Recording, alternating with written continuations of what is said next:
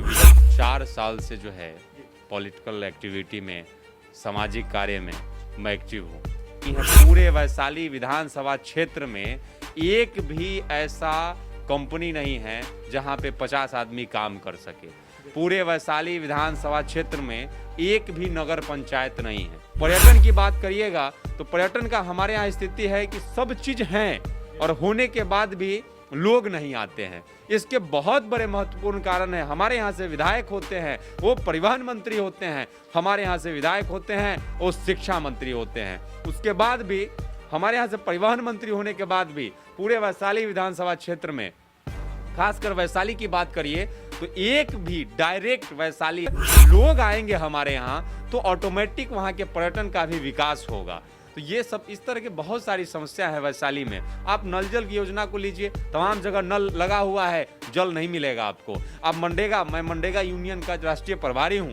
मनरेगा की बात आप करिए, मनरेगा में जॉब कार्ड बने हुए हैं लेकिन उनको काम नहीं मिल रहा। महावीर की भूमि है, बुद्ध की भूमि है, अम्रपाली की भूमि है, अशोक सम्राट की भूमि है। हमारे भूमि के बारे में, वैशाली के बारे में जितना हम बताए उतना कम है। मैं अगर बाहर जाता हूँ के बाद जो है 3 वर्ष में जितने भी विकास और वैशाली की दिशा और दशा की बात है उन सभी को जो है सुधार करके और पूरे बिहार में सबसे 1 नंबर के जिला पे जो है वैशाली को जो है हम लाने का काम करेंगे। मैं आपको बता दूं कि मेरे पास एक अभी प्रोजेक्ट था जिसमें मुझे काम मिला था। बड़े एसोसिएशन, बड़े उद्योग एसोसिएशन के लोगों ने मुझे काम दिया था कि आप मुझे सर्वे करके ये बताएं कि आपके यहाँ कैसे टेक्निकल लोग हैं, आपके यहाँ कैसे टेक्निकल लोग हैं, उनको क्या क्या आता है, और उसके हिसाब से जो मैन्युफैक्चरिंग हम दिल्ली और मुंबई और चंडीगढ़ और नोएडा एनसीआर में जो हम लोग यहाँ से लोगों को बुला के करवाते हैं, सो हम वही मैन्युफैक्चरिंग, वही चीज़ें जो है हम आपके यहाँ करवाने का काम करेंगे।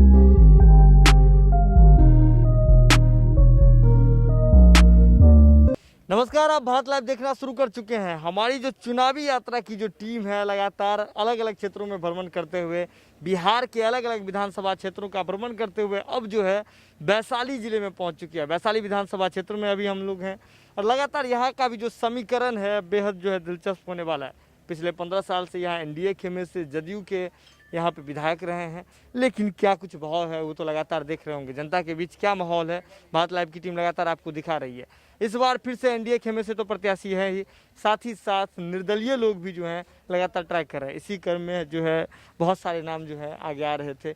वैशाली विधानसभा क्षेत्र में ही हैं तो और जो है लगातार हम सभी लोगों की तक पहुँच रहे हैं, आपसे उनकी जो है बातचीत करवा रहे हैं। आप तक जो है उनकी क्या मुद्दे हैं, उनके क्या मुद्दे हैं वैशाली विधानसभा क्षेत्र के प्रति, उनकी क्या जवाबदेही है, किन विजनों के साथ जो है वो इस बार बिहार विधानसभा 2020 में जो है शिरकत करने के लिए आ रहे हैं, किन विजन को लेकर के आ रहे हैं, इनके विकास का क्या रोड मैप होगा, इसी को लेकर के आ रहे हैं। इसी क्रम में जो है अभी हमारे साथ निर्दलीय प्रत्याशियों की बात कर रहे थे तो अब हमारे साथ जो सुगंध कुमार जी मौजूद हैं, हम उनसे जो है बातचीत करेंगे। तो सर, सबसे पहले तो स्वागत है भारत लाइव की टीम के पास। और हमें ये बताइए, जैसे सुगंध आपका नाम है, क्षेत्रीय विकास में 15 साल से आपके विधायक रहे हैं, एनडीए खेमे से रहे हैं, विकास की सुगंध फैल पाई इधर? मैं आपको बता दूं कि मैं विगत 4 साल से जो है पॉलिटिकल एक्टिविटी में, सामाजिक कार्य में मैं एक्टिव हूँ। रही बात 15 वर्षों का, तो 15 वर्ष नहीं, ये 2 लोग जो है लगभग 30 वर्ष से वैशाली के विकास को सीमित कर रखे हैं। वैशाली में आप अभी घूम रहे होंगे, सड़क की जो व्यवस्था है वो आपसे छुपा हुआ नहीं है, रोजगार की जो व्यवस्था है वो छुपा नहीं है। पूरे वैशाली विधानसभा क्षेत्र में एक भी ऐसा कंपनी नहीं है जहां पे 50 आदमी काम कर सके। पूरे वैशाली विधानसभा क्षेत्र में एक भी नगर पंचायत नहीं है। पूरे वैशाली विधानसभा क्षेत्र में एक भी डिग्री कॉलेज नहीं है। पूरे वैशाली विधानसभा क्षेत्र में एक भी ऐसा विद्यालय आपको नहीं मिलेगा जो पूरा इंफ्रास्ट्रक्चर से संपन्न हो, जहां बच्चे जाके पढ़ाई कर सके, केवल खिचड़ी खाने तक सीमित न रहे। पूरे वैशाली विधानसभा क्षेत्र में जो 3 स्वास्थ्य केंद्र हैं, एक भी ऐसा स्वास्थ्य केंद्र आपको नहीं मिलेगा जहां पे डॉक्टर हैं तो दवाई नहीं, दवाई है तो डॉक्टर नहीं। ये स्थिति है वैशाली का। पर्यटन की बात करिएगा तो पर्यटन का हमारे यहाँ स्थिति है कि सब चीज है और होने के बाद भी लोग नहीं आते हैं। इसके बहुत बड़े महत्वपूर्ण कारण है, हमारे यहाँ से विधायक होते हैं वो परिवहन मंत्री होते हैं, हमारे यहाँ से विधायक होते हैं वो शिक्षा मंत्री होते हैं। उसके बाद भी हमारे यहाँ से परिवहन मंत्री होने के बाद भी पूरे वैशाली विधानसभा क्षेत्र में, खासकर वैशाली की बात करिए तो एक भी डायरेक्ट वैशाली आने वाला परिवहन की व्यवस्था नहीं है, जो कि हम लोगों ने मांग भी रखा था, डिमांड हम लोगों ने किया था कि अगर हमारे यहाँ पटना से डायरेक्ट वैशाली बस आए प्रत्येक 1 घंटा पे और मुजफ्फरपुर से फिर डायरेक्ट जो है वैशाली बस जाए। अगर लोग आएंगे हमारे यहाँ तो ऑटोमेटिक वहाँ के पर्यटन का भी विकास होगा। तो ये सब इस तरह की बहुत सारी समस्या है वैशाली में। आप नल जल की योजना को लीजिए, तमाम जगह नल लगा हुआ है, जल नहीं मिलेगा आपको। आप मनरेगा, मैं मनरेगा यूनियन का राष्ट्रीय प्रभारी हूँ, मनरेगा की बात आप करिए, मनरेगा में जॉब कार्ड बने हुए हैं लेकिन उनको काम नहीं मिल रहा है। जॉब कार्ड बने हैं, मनरेगा मजदूरी 194 है, 194 में लोग काम नहीं करते हैं। इस तरह की बहुत सारी समस्या है। युवा आयोग के लिए हम लोग लगातार आंदोलन किए हैं, मनरेगा मजदूर को किसान से जोड़ा जाए इसके लिए आंदोलन किए हैं, और इन सभी चीज़ों को, जो रोड का आंदोलन है उसको विधानसभा लेकर के हम जाए, इसके लिए हमारे यहाँ के जो गार्जियन स्वरूप, अभिभावक गार्जियन स्वरूप जो भी हमारे यहाँ 4,25,000 मतदाता हैं, उन सभी के आशीर्वाद से जो है मैं विधानसभा चुनाव लड़ने का जो हम लोगों ने संकल्प लिया, और उसके बाद आज मैं निर्दलीय प्रत्याशी के तौर पे पूरे विधानसभा क्षेत्र में घूम रहा हूं और अपार जन समर्थन मुझे मिल रहा है, सभी लोगों का आशीर्वाद मिल रहा है। और वैशाली के इतिहास में आज तक कोई भी निर्दलीय प्रत्याशी विधानसभा में नहीं गया है, लेकिन इस बार इस इतिहास को हम बदलने का काम करेंगे। जैसा कि आप जानते हैं, अभी अखबार में भी आया है कि पूरे बिहार में सबसे कम उम्र के हम उम्मीदवार हैं, 25 साल 6 महीना पे हमने जो है अपना नॉमिनेशन किया है, और वैशाली के लोगों ने हमेशा इतिहास बनाने का काम किया है। वैशाली आप जानते हैं महावीर की भूमि है, बुद्ध की भूमि है, अम्रपाली की भूमि है, अशोक सम्राट की भूमि है। हमारे भूमि के बारे में, वैशाली के बारे में जितना हम बताएं उतना कम है। मैं अगर बाहर जाता हूं अदर किसी स्टेट में, वहां भी अगर मेरा कार्यक्रम होता है तो मुझे लोग बुलाते हैं कि वैशाली का लाल, वैशाली का बेटा सुगंध हमारे बीच आए हैं, तब लोग कहते हैं कि राष्ट्रीय अध्यक्ष मनरेगा मजदूर विकास संगठन। तो मैं बहुत ही स्वाभिमान इससे मैं व्यक्त करता हूं, और सभी का मैं आभार व्यक्त करता हूं वैशाली के हमारे अभिभावक का, जिन्होंने वैशाली का बेटा का नाम दिया, अपने परिवार का लड़का समझा। और मैंने तय किया है कि मैं आगे आने वाला विधानसभा चुनाव जो है हमारा, हम जीतते हैं, जीतने के बाद जो है 3 वर्ष में जितने भी विकास और वैशाली की दिशा और दशा की बात है उन सभी को जो है सुधार करके, और पूरे बिहार में सबसे 1 नंबर के जिला पे जो है वैशाली को जो है हम लाने का काम करेंगे। एक और हमने शपथ लिया है, हमने एग्रीमेंट किया है कि अगर मैं जीत जाता हूं तो जब तक ये वैशाली की जनता जब तक मुझे जिताए, दोनों चीज, जब तक मुझे जिताए, मतलब मैं लगातार संघर्ष करता रहूंगा। और आने वाले समय में पूरे वैशाली विधानसभा क्षेत्र का हर एक घर जब छत का बन जाएगा, उसके बाद हम अपना घर बनाने का काम करेंगे। आप सभी जानते हैं, इसमें बहुत सारे लोग मेरे घर जा कर के आए हैं, उन्होंने मेरा घर देखा है। मैं 2 वर्ष पहले ऐसा शपथ मैंने लिया था कि पूरे वैशाली विधानसभा क्षेत्र का हर एक घर छत का बनेगा, उसके बाद मैं अपना घर बनाने का काम करूंगा। इस तरह से लोगों का अपार जन समर्थन मिल रहा है, सहयोग मिल रहा है, और इसी सहयोग और इसी आशीर्वाद को लेकर के मेरे पास बस एक ही है, जनता का सहयोग। न मेरे पास बायां हाथ में पार्टी का टिकट है, न दाहिना हाथ में पैसा है, दोनों हाथ में अगर कुछ है तो जनता का समर्थन है। अगर वैशाली की बात करें तो पौराणिक तो स्थिति रही ही है, पौराणिक स्थल तो रहा ही है, ऐतिहासिक स्थल रही है, लेकिन युवा वर्ग जो है, एक अच्छा जो है वोटर का वर्ग जो है युवा वर्ग बन के उभरा है। तो ऐसे में हमें ये बताइए, जैसे आप जीत करके आते हैं, युवाओं के जो चौमुखी विकास के लिए, उसके लिए क्या रोड मैप है आपके पास?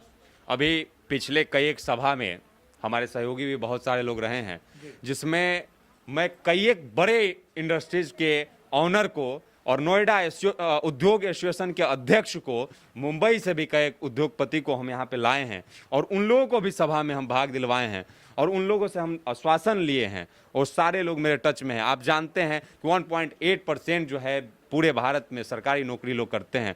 तो ये बाकी लोग जो बचे उनको रोजगार से कैसे जोड़ा जाए, और मेरा मात्र एक लक्ष्य है कि इंदिरा आवास किसी को मिल जाता है, किसी को मकान अगर बन जाता है एक छोटा सा, उससे बहुत ज्यादा जरूरी है कि उसके परिवार में एक व्यक्ति रोजगार से जुड़ जाए। अगर वो रोजगार से जुड़ जाता है तो घर नहीं महल बनाने का काम करेगा और पूरे परिवार का विकास करने का काम करेगा। इन सभी चीजों के लिए दो चीजें बहुत जरूरी है, उसको अच्छे से शिक्षा उसको प्राप्त हो, अच्छे से शिक्षा प्राप्त करे। दूसरा चीज कि वो रोजगार करना तो चाहता है, लेकिन ये हमारे जैसे लोगों की जिम्मेवारी है, जो पद पे बैठे हुए हैं उनकी जिम्मेवारी है कि वो रोजगार करना चाह रहा है, उसको रोजगार से जोड़ा जाए। आपने रोजगार से जोड़ने की बात कह दी, लेकिन बिहार की जो मुखिया हैं, जो 15 साल से लगातार मुख्यमंत्री पद पर सुशोभित हैं, उन्होंने तो साफ कर दिया कि बिहार में समुद्र नहीं है, समुद्री किनारा नहीं है, तो ऐसे में बड़े उद्योग धंधे यहाँ नहीं आ सकते हैं। ऐसी कोई बात नहीं है, बिहार में बहुत कुछ है। अभी लॉकडाउन में मैं एक एनजीओ संचालक भी हूँ, मैं एनजीओ भी चलाता हूँ, मैं एक संगठन का अध्यक्ष भी हूँ। मैं आपको बता दूं कि मेरे पास एक अभी प्रोजेक्ट था जिसमें मुझे काम मिला था, बड़े एसोसिएशन, बड़े उद्योग एसोसिएशन के लोगों ने मुझे काम दिया था कि आप मुझे सर्वे करके ये बताएं कि आपके यहाँ कैसे टेक्निकल लोग हैं, आपके यहाँ कैसे टेक्निकल लोग हैं, उनको क्या क्या आता है, और उसके हिसाब से जो मैन्युफैक्चरिंग हम दिल्ली और मुंबई और चंडीगढ़ और नोएडा एनसीआर में जो हम लोग यहाँ से लोगों को बुला के करवाते हैं, सो हम वही मैन्युफैक्चरिंग, वही चीज़ें जो है हम आपके यहाँ करवाने का काम करेंगे।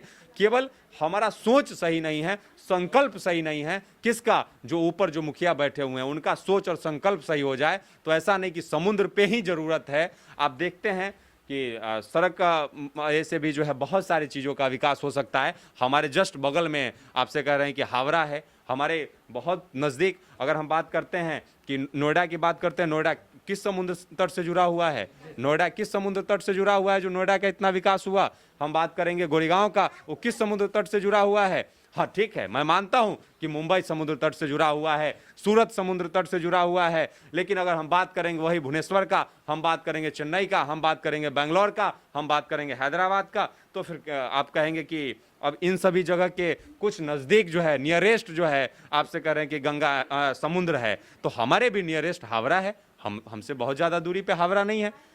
तो अगर विकास करने का अगर संकल्प हो तो हर तरह से विकास हो सकता है।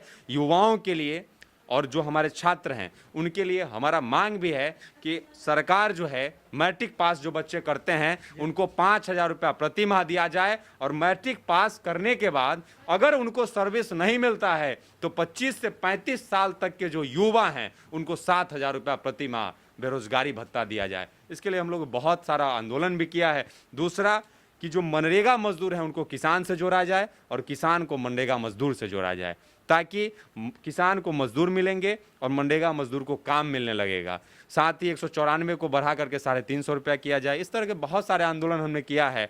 आज तक 14 आदमी आंदोलन किए हैं, भितरवा पश्चिमी चंपारण से पटना तक पदयात्रा, जिसमें 14वां मैं हूँ। 1917 में नमक आंदोलन किया गया था और 14वां 2019 में जो है हम लोग पदयात्रा किए थे, जिसमें सरकार के जो भी कह लीजिए सरकार की जो है नियत नहीं थी वो पदयात्रा को सक्सेस किया जाए। इसलिए जब हम इनकम टैक्स चौराहा से आगे बढ़े तो हम लोगों पे लाठीचार्ज करवा करके गिरफ्तारी भी करवा दी गई थी। तो इस तरह से सरकार की तो एक नियत है, बस एक ही नियत है कि केवल जो है किसी तरह से प्रोपेगेंडा बना करके और वोट को डाइवर्ट करके जात पात पे राजनीति करके विकास के मुद्दा को भटका देना है, और उसी पे काम हो रहा है। रोजगार बहुत दूर कर दिया गया है, रोजगार तक तो सोचने ही नहीं दिया जा रहा है। आज कोरोना का देखिए ना, आज कोरोना के समय में ये पूरा दिल्ली से लेकर के यहाँ तक जो है, दिल्ली से यहाँ तक लाइन लग गया था कोरोना काल में देखा जाए। तो आगे इस स्थिति को सुधारने के लिए हम सभी को संकल्पित होना होगा, और हम सभी संकल्पित हो चुके हैं। और पूरे वैशाली विधानसभा क्षेत्र की स्थिति है कि कहीं कोई भी लड़ाई में नहीं है, एक तरफा सभी लोगों का आशीर्वाद सुगंध को मिला है, और सभी लोग आशीर्वाद रूपी वोट 3 तारीख को आने वाले जो मतदान की तिथि है, 3 तारीख को जो है 14 नंबर पे लूडो छाप पे जाकर के सभी मेरे गार्जियन जो है वोट करेंगे। आशीर्वाद रूपी वोट सभी युवा जो है अपने विकास के लिए, अपने क्षेत्र के विकास के लिए, अपने व्यक्तिगत विकास के लिए सुगंध को चुनने का काम करेंगे। और मैं वैशाली की दिशा और दशा और पर्यटन हर क्षेत्र में मैं विकास करूंगा। चाहे वो खेल की बात हो, वैशाली विधानसभा क्षेत्र के तीनों ब्लॉक में स्टेडियम डालने की बात हो, हर क्षेत्र में मैं विकास करने का काम आपसे एक करूंगा। अंतिम सवाल है, जब एक ऐसा दौर चल रहा है जहां गठबंधनों का दौर चल रहा है, बिहार के भीतर देखें तो 5 गठबंधन बन करके इस बार बिहार चुनाव में सभी लोग लगे हुए हैं, अलग अलग दल मिलकर गठबंधन बने। दल की राजनीति है, जाति की राजनीति है बिहार के भीतर, इसमें आपने एकला चलो रे का राह अपना लिया है, ऐसे क्यों? इसके 2 कारण हैं। आप जानते हैं कि मेरे पास 12 लाख मेंबर हैं, 2 करोड़ 40 लाख मनरेगा मजदूर यूनियन का मैं अध्यक्ष हूं। अगर मैं उस कदर प्रयास करता तो मुझे भी टिकट मिल सकता था और मैं कहीं टिकट से चुनाव लड़ सकता था। लेकिन हम शुरू में निर्णय लिए थे आज से 2 साल पहले सभी लोगों के साथ कि मैं आपका आवाज बन के विधानसभा जाना चाहता हूं, आम आवाम गरीब गुरबा मजदूर का आवाज बन के जो है विधानसभा में जाना चाहता हूं, पार्टी का आवाज बन के नहीं कि पार्टी के हिसाब से मुझे मुंह खोलना पड़े। मैं आम आवाम मजदूर का आवाज बन के विधानसभा में जाना चाहता हूं और इन सभी का आवाज बन करके जब मैं विधानसभा में इनकी बात करूं, बल्कि पार्टी के हिसाब से जो है मेरा मुंह न खुले। इसलिए दूसरा, रही बात पार्टी की, तो मैं पार्टी का भले उम्मीदवार नहीं हूं, मैं आम जनता का उम्मीदवार हूं। और पार्टी जो है वोट देकर के विधानसभा में नहीं भेजता है, आम जन जो है, साधारण लोग जो हमारे परिवार के लोग हैं, गरीब गुरबा मजदूर किसान, वो मत देते हैं और वो विधानसभा में भेजते हैं। और मेरे मतदाता मालिक मेरे साथ हैं और मुझे आने वाले 3 तारीख को जरूर चुनने का काम करेंगे और विधानसभा में भेजने का काम करेंगे। यहाँ की वैशाली की स्थिति में मात्र मैं ये बता दूं कि एक वैसे उम्मीदवार मेरे विपक्ष में हैं जो जिनके चाचा और या वो स्वयं 6 बार विधायक रहते हैं, वो रहे या उनके चाचा रहे, सब लोग जानते हैं कि चाचा रहते कौन विधायक की जो है सारा कार्यभार देख रहा था। तो 6 बार विधायक रहने के बाद भी वैशाली की बदहाली आपसे छुपा नहीं है। दूसरा, वैसा उम्मीदवार जो बाहर से चला आया है। क्या वैशाली की माताएं, अभी मैंने एक ट्विटर पे भी देखा था, ताकि ये बात नहीं कहनी चाहिए, वैशाली की माताएं जो है बाज नहीं हो गई है। हमारे जैसे, हमारे सभी भाइयों जैसे जो है यहाँ भी योग्य उम्मीदवार हैं। वैशाली में ऐसा नहीं कि योग्यता की कमी रह गई है कि बाहर के जो आए हुए उम्मीदवार हैं उनको वैशाली के लोग वोट करने का काम करेंगे। कोई भी ऐसे लोग नहीं हैं जो महागठबंधन या एनडीए के पक्ष में जो है वोट करने का काम करेंगे। सारे लोग एक तरफा सुगंध के लिए जो है वोटिंग करेंगे। बस ये 1-2 चीज़ है कि लोग अभी चुनाव में 2 दौर आते हैं, जात पात, पार्टी, इन सभी दौर से अब पहला समय खत्म हो गया है। लोग हट गए हैं, युवाओं की दौर है और सभी लोग शिक्षित हो चुके हैं। सब लोग इन सारे नेताओं की प्रोपेगेंडा को समझ चुके हैं, व्यवस्था को समझ चुके हैं और केवल जो है विकास पे और कर्म पे और साधारण परिवार का मैं लड़का हूं, इन सभी का मैं बेटा हूं। जो भी हमारे आम जनता है मैं उनका लड़का हूं, उनके परिवार का हूं।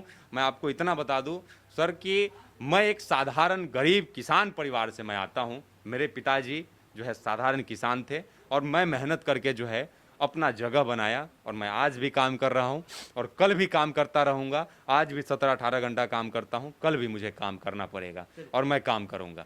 वैशाली लोकतंत्र की धरती रही है और इन्होंने जो है एक बड़ी ही लोकतांत्रिक बात कर दी कि पार्टी जो है वो किसी को चुन करके बिहार विधानसभा भवन नहीं भेजती है, बल्कि क्षेत्र के जो जनता होते हैं वो चुन करके भेजते हैं। तो उन्होंने कहा है कि हमारे साथ यहाँ के जो वैशाली विधानसभा क्षेत्र के जनता है वो हम हमारे साथ हैं।